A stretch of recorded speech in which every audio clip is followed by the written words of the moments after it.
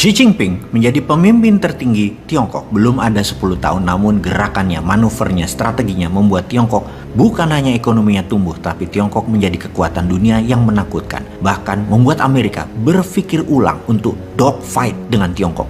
Xi Jinping naik ke panggung tertinggi Tiongkok di tahun 2013 dengan rencana besar dirinya akan membawa Tiongkok, yaitu di ulang tahun ke-100 tahun Tiongkok merdeka. 100 tahun Tiongkok merdeka di tahun 2049, Tiongkok adalah the new world order. Kalau kita berkaca pada prestasi Xi Jinping, mengapa banyak pemimpin negara lain juga berkuasa 10 tahunan, namun prestasi mereka jauh di bawah jika dibandingkan dengan Xi Jinping? Apa yang dilakukan Xi Jinping yang tidak dilakukan oleh pemimpin negara-negara lain, khususnya negara di Afrika dan negara di Asia? Apa strategi Xi Jinping? Apa rencana besar yang mengubah permainan dunianya Xi Jinping? Sahabat pasti bertanya mengapa channel Bosman masih terus membahas tentang geopolitik dunia, geostrategi, geoekonomi, dan sekarang akan ditambah dengan geoteknologi. Sebuah terminologi baru, geoteknologi. Menjawab mengapa channel ini membahas geopolitik dunia adalah untuk menjadi bahan bakar, menambah pengetahuan sahabat muda semua akan informasi terkini. Informasi ini untuk siapapun generasi muda yang akan mengendalikan negara ini, mau dibawa kemana oleh kalian, silahkan saja. Namun pastikan Indonesia menyusul Tiongkok di tahun 2045 sebagai negara nomor 1 di dunia dan menjadi pengendali kesejahteraan umat manusia.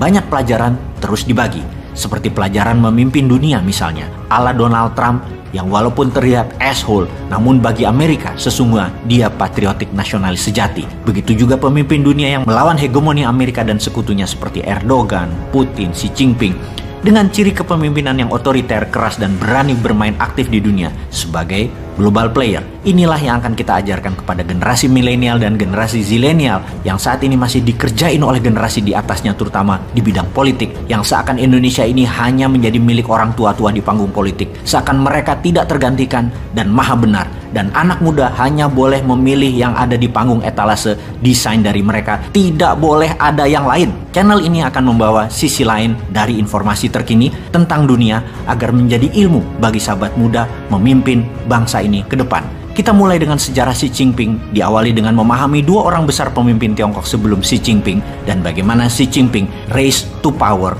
yang menjadikan dirinya pemimpin tertinggi Tiongkok seumur hidup. Pondasi negara Tiongkok dibangun dengan tangan besi oleh Mao Zedong yang dilanjutkan oleh the greatest reformer, Deng Xiaoping. Tanpa Deng Xiaoping, Tiongkok masih menjadi negara mediocre dengan GDP mungkin sekitar 4 ribuan dolar per kapita saat ini. Deng meletakkan dasar ekonomi Tiongkok di tahun 1978 dan puncaknya di 1989 dengan double standard currency yang sangat fenomenal. Karena pondasi Deng Xiaoping tersebut saat ini di Tiongkok ada 1.500 bilioner atau dalam rupiah kekayaan mereka di atas 15 triliun dan ada 960 ribu orang milioner atau dalam kekayaan rupiah nilai mereka di atas 15 miliar. Hebatnya lagi, 30% para bilioner dan milioner itu terjadi dalam kurun waktu 10 tahun terakhir di era Xi Jinping, yang artinya strategi ekonomi jangka panjang Tiongkok dari tahun 1978 hingga saat ini relevan dan nyambung. Wis, kalau ada info begini, ora usah dibanding-banding ke, jangan disaing-saingi, yo mesti kalah. Wis, kita harus tetap fokus pada pelajarannya dan hikmahnya dari apa Bapak Reformasi Pembangunan Ekonomi Tiongkok Deng Xiaoping lakukan.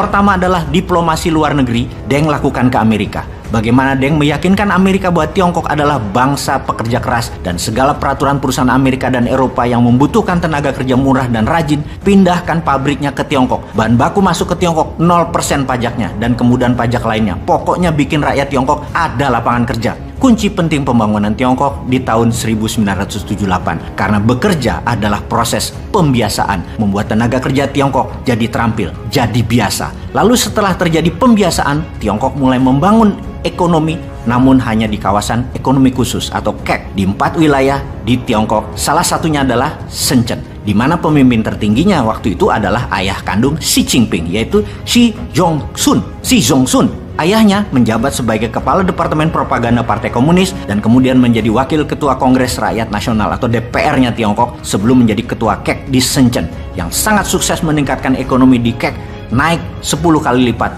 dalam 10 tahun. Di kawasan ekonomi khusus inilah double standard currency Tiongkok dimainkan dan berhasil melipat gandakan produksi. Tenaga kerja Tiongkok yang sudah terampil dengan bekerja di perusahaan asing mulai diizinkan meniru. Tiongkok di kawasan ekonomi khusus banyak meniru produk asing Walau untuk dijual domestik, namun ada juga yang dijual ke luar negeri yang membuat Tiongkok di awal tahun 80-an hingga tahun 90-an disebut imitating country, negara peniru, negara pembajak. Di tahun 2000-an awal, Tiongkok mengubah dirinya dari imitating country menjadi innovating country. Masa setelah Deng Xiaoping sebelum Xi Jinping adalah masa pembangunan kekuatan domestik dan mulai menjadikan Tiongkok sebagai manufacturing country of the world, negara penghasil bahan produksi untuk dunia.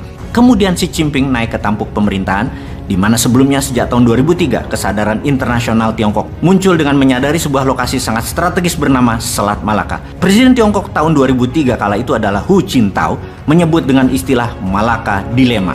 Dilema Selat Malaka adalah istilah untuk mendeskripsikan ketergantungan Tiongkok atas Selat Malaka sebagai jalur masuk utama pasokan energi minyak dan barang produksinya. Karena itu, Selat Malaka digarap serius. Harus bisa terus aman untuk Tiongkok pakai sepanjang zaman dengan melakukan lobi politik dan kendali politik di kawasan Selat Malaka yang ada 3 negara di sana, yaitu Indonesia, Malaysia, dan Singapura. Di mana di Malaysia di zaman Najib Razak di awal jabatannya tahun 2009 hingga digulingkan tahun 2018. Razak adalah pemimpin Malaysia yang sangat pro Tiongkok dengan kekayaan yang luar biasa dimilikinya, yang diperolehnya selama menjabat, yang diduga didapat dari hubungannya dengan proyek-proyek Tiongkok. Karena itu, Selat Malaka dikuasai Tiongkok dengan aman. Namun, dari sisi Indonesia, untung Indonesia sampai saat ini tetap tidak terpengaruh dengan rencana Tiongkok dan Selat Malaka tetap seperti sedia kala. Sambil kita tanya dalam hati, gitu ya? Emang sudah dapat? Ambil peluang ini, ikuti Bosman Tour 2023. Solo, Malang, Tangerang, Road to Billionaire. Selamat bergabung.